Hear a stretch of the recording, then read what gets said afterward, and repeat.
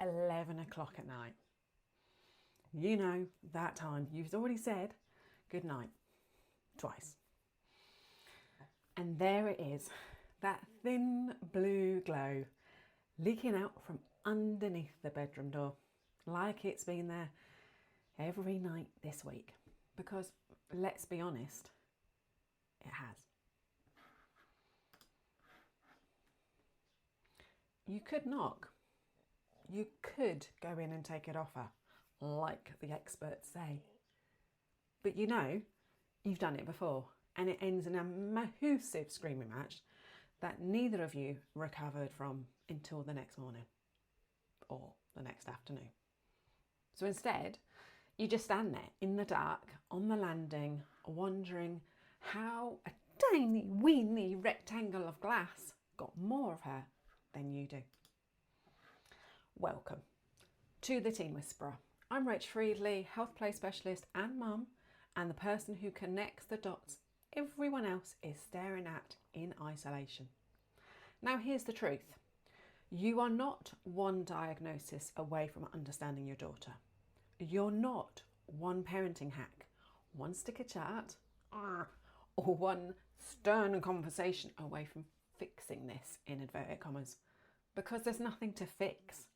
Every single thing you're seeing, the slammed door, the silence, the phone she can't put down, the mood that flips in a second, is never just about one thing, as we're told time and time and time again. Anyway, rant over. It's a whole picture, and right now you're staring at one dot of it, trying to make it mean something on its own. So every episode you're going to get the rest of the picture, the biology behind the behaviour, the physiology of what's going on inside her body, the story you're telling yourself about it, and whether that's fact or fear. We're going to talk about what's actually going on for her, not what's wrong with her. Notice that word change there. And then I'm going to give you one real doable thing to do about it right now together. No jargon, no fixing, definitely not no fixing and no 15 strategies you'll never ever use. Or I'm not going to bat you around the head with a baseball bat making you feel worse than you already do. This is the difference between a house that feels like a battleground and one that feels like you're actually on the same side. Stop staring at the dots on their own. Let's connect them properly together and let's find that bigger picture. So right, let's dive in. So let's name what that blue glow under the door actually means to you, because it's so much bigger than she's on her phone too much. It means her phone is taking her away from me. It means I'm losing her. Some nights it tips into, I don't recognise myself anymore, because the mum who used to have a proper conversation with her daughter is now negotiating screen time like a hostage situation and is losing every single time. And underneath all of that is the fear you probably haven't said out loud to anyone. Fear for her future. Fear about what she's actually seeing on there. Fear that FOMO, so fear of missing out, is keeping her glued to something that's actively hurting her. Because the thought of missing out actually feels worse than the thing itself. And yes, I've seen this. Maybe you found yourself Googling teenage phone addiction at midnight, threatening to take it away, and then not following through because the fallout, seriously, was not worth it. And then, of course, on the top, the cherry, feeling like a failure for that too. I need you to hear this. You are not a failure. And she is not addicted in the way that word gets thrown around to shame mums and families. You're both doing the best you can with a device engineered, literally, by neuroscientists, to be almost impossible to put down. You didn't create this, but you can understand it, and that changes what happens next. So here's the thing nobody's told you. The phone is not the problem. It's a solution she's found to a problem you cannot see. Every scroll, every notification, every hour under that door is her nervous system reaching for regulation. She's not choosing it over you. She's reaching for it because it's the only reliably available thing that offers her that hit of connection, distraction, or on demand every single time with zero social risk. Now compare that to real life, where connection requires effort, where friendships can go wrong, sideways, up and down, you know it, where school, college, university, work is exhausting and unpredictable at times. The phone never says no. It's always there for her. Added to this, if you're in a rural spot like I am, no bus after 6, nearest friend 20 minutes away by car that only you can drive, I need you to really sit with this. For a lot of girls in isolated communities, that phone is not a habit. It's her only window to the world. It's not competing with a rich social life she's ignoring. For some girls, it is her social life because nothing else is reachable for her right now. So TikTok, one of the worst out there, but they're all equally bad, to be truthful. TikTok, Instagram, Snapchat, YouTube, they're all bad. Pinterest, they're all bad in their own way. But TikTok trains her nervous system to crave constant novelty. So it makes stillness and boredom feel unbearable. And stillness is exactly what her body needs to actually regulate. Instagram is a comparison engine. Every scroll is a tiny "am I enough" test that keeps her body in a low level stress without her even clocking it. And Snapchat and gaming, I hasten to add, runs on streaks and social visibility. That's not connection, that's surveillance with a filter.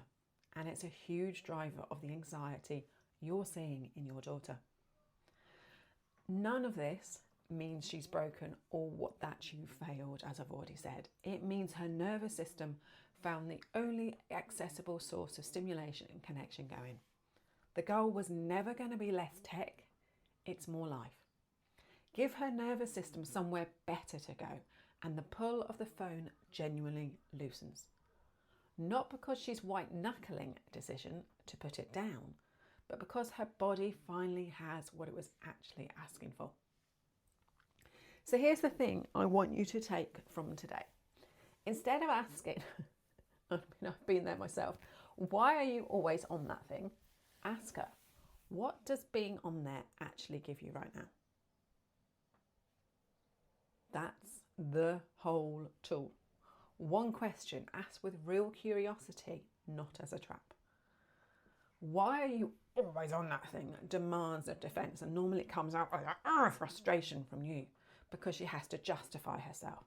So she will, and the conversation shuts down before it's even opened. But what does it give you is completely different. It's not accusing her of anything, it's taking you out of the situation, and it's asking her to notice her own experience, which most teenagers have genuinely never been asked to do. I mean, just think about it. At school, they're told to do something. And when they have a question, it's rarely taken into that curiosity, that experience, that kind of like, let's look at it and figure out the stuff. It's more like, well, this is what I've asked you to do. And you may well get, I don't know, the first time. That's fine. Don't push it. You might get, it's the only thing that feels calm to me. Or everyone's here and I don't want to miss anything. Or I don't have to talk to anyone. Whatever comes back, don't argue. Don't correct it. Don't immediately pivot to a lecture about screen time, because I know that's our go-to, because that's what we're told to do.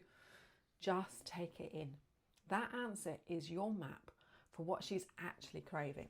Whether she's craving calm, connection, escape, I don't know.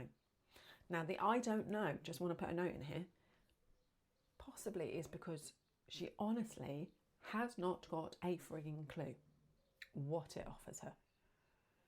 because she's so used to it being there that she doesn't know what it's actually helping her with. That I don't know could be the fact that she's scared of giving you an answer in case it's the wrong one. I don't know covers all sense of eventualities. When my daughter says, I don't know if I ask her if she wants something to eat, that I don't know actually means yes, but she's too tired to even say yes. So yeah, maybe I need to do a podcast episode on those words. I don't know. So here's what you do with the actual map. Turn it into something you do together, not just a rule you impose. If it's calm she's on after, that's an invitation. A bath, a trashy telly side by side, watching a movie together, a drive with the music on, no talking required. If it's connection, invite her to something you're already doing. Come help me with this. Sit with me whilst I do this. Come out on a dog walk with me. Let's go up to the shop or whatever and we'll get something whilst we're there.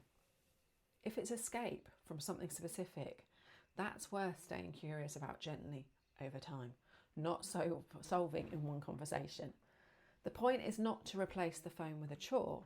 It's to show her that whatever she's chasing is also available with you in the room, and a completely different message than put it down. So this week, ask her that one question. What does being on there actually give her right now? Or rephrase it. What does it give you? Just once with genuine curiosity. And then find one small way to offer that same thing together with you. I can see why you're scared. Because tech, we keep hearing, is so bad for our teen girls. I mean, was it 1 in 3 are struggling with anxiety or depression or a mental health? These are high figures. But as mums, we can help them see what they're craving, what they're missing in real life that the phone is giving them. And by understanding what it is she needs underneath that addiction, in inverted commas, that constant using her phone, you can then help her to manage her life so then she has the best of both worlds. Because tech is here to stay. Technology, phones, iPads, desktops, whatever it is, laptops, they're here to stay. It's part of life. We can't get rid of it, but we can work with it. So yeah, if today's episode landed for you and you want to go deeper, and I'm talking here the community, the tools, the biology, the physiology, all in one place, WTF, what's the feeling, don't you know, is where we do the real work together. The link is in the show notes. Come and find us when you're ready. So yeah, have a wonderful week. And if you started your summer holidays this week, enjoy and take care, and I'll speak to you next week.